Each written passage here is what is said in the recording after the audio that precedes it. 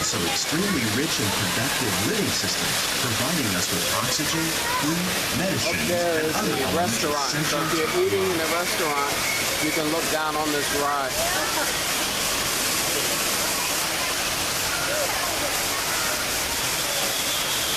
our search for more efficient ways to grow food, we often fail to realize the impact of our methods.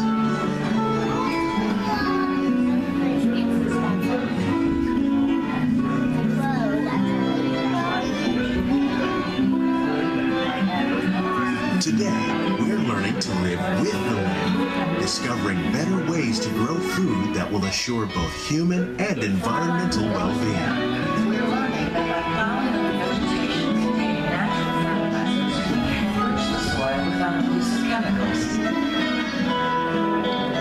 In Saudi Arabia and Mexico, we're learning to produce food on desert seacoasts by developing and planting crops that thrive on salt water. Here at Epcot, we're learning to reduce the need for pesticides by using natural predators like ladybugs and wasps to control pests.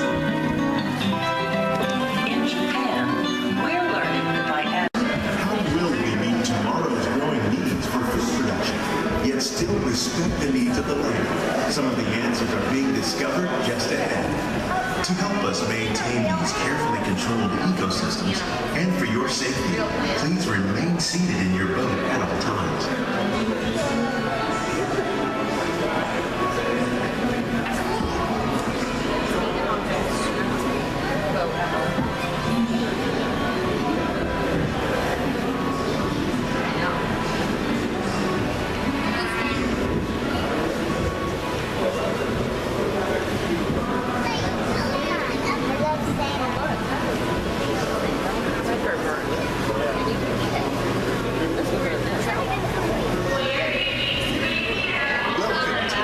Laboratory, where scientists from Epcot and the U.S. Department of Agriculture are exploring innovative ways to produce bountiful harvests now and into the future.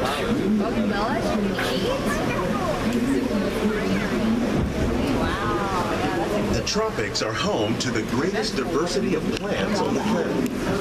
Many of these, like papaya, bananas, cacao, coffee, and rice, are well known around the world.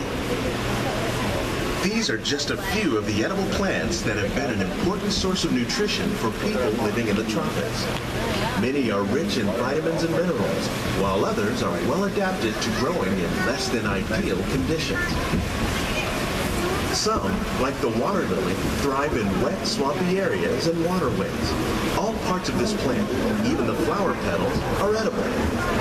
The starchy root of the plant has long been used to make flour for baking.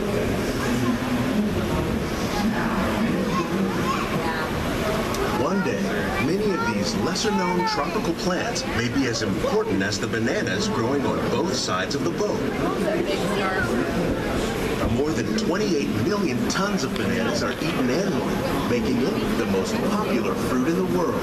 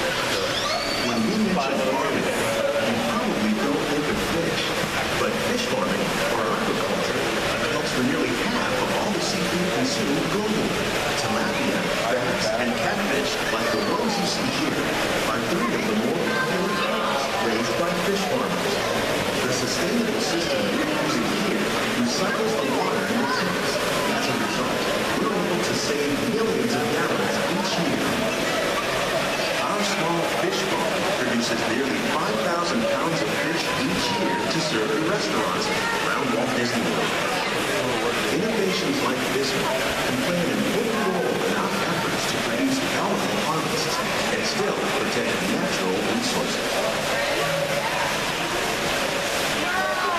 Hidden Mickey.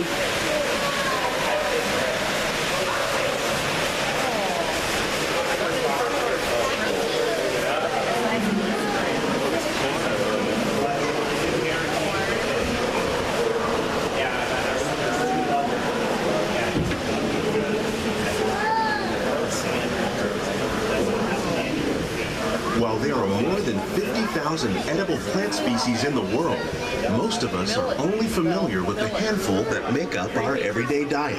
The common grains growing here, wheat, maize, sorghum, and millet, plus rice, account for nearly 2/3 of our global food consumption. Learning how to increase yields of these staples is an important goal of research around the world. This is what we have in the back of our process. We have that future. Tomatoes are growing. Tomatoes. These plants are definitely on their way up. Innovative growing techniques like these increase yields while more efficiently using resources like water, fertilizer, and pesticides. Another innovation at work here is our integrated pest management program. By populating our greenhouses with beneficial insects that prey on harmful pests like aphids and flies, we are significantly reducing our reliance on conventional pesticides. We're growing these crops using our nutrient.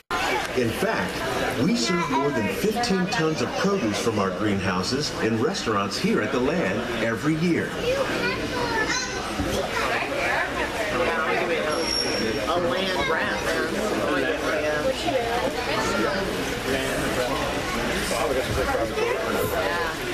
Smell it?